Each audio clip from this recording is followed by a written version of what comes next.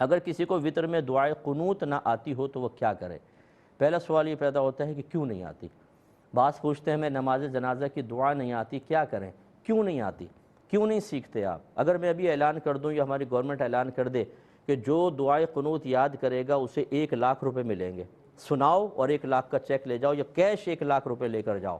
اسی طرح جس کو جنازے کی دعا نہیں آتی یا نماز جنازہ نہیں آتی، ہم اس کو 1,00,000 روپے دیں گے، یاد کر کے ہمیں سنائے اور صحیح ادا کر کے دکھائے، 1,00,000 ملے گا۔ اب مجھے آپ دیانتداری سے بتائیے کتنا منٹ لگیں گے اس کو سیکھنے میں؟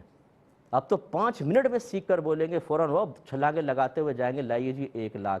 یہ اصل مسئلہ یہ ہے، میں آپ پہ اٹیک نہیں کر رہا ہوں، صرف پیار محبت سے بات سمجھا رہا ہوں کہ جب ہم آخرت کو انتہائی معمولی سمجھتے ہیں، اللہ کے احکام کو، سنت رسول کو حقارت کی نگاہ سے دیکھتے ہیں، تو یہی ہوتا ہے کہ یاد کرنے کے بجائے حل پوچھتے ہیں، کوئی آسان سا حل بتا دو۔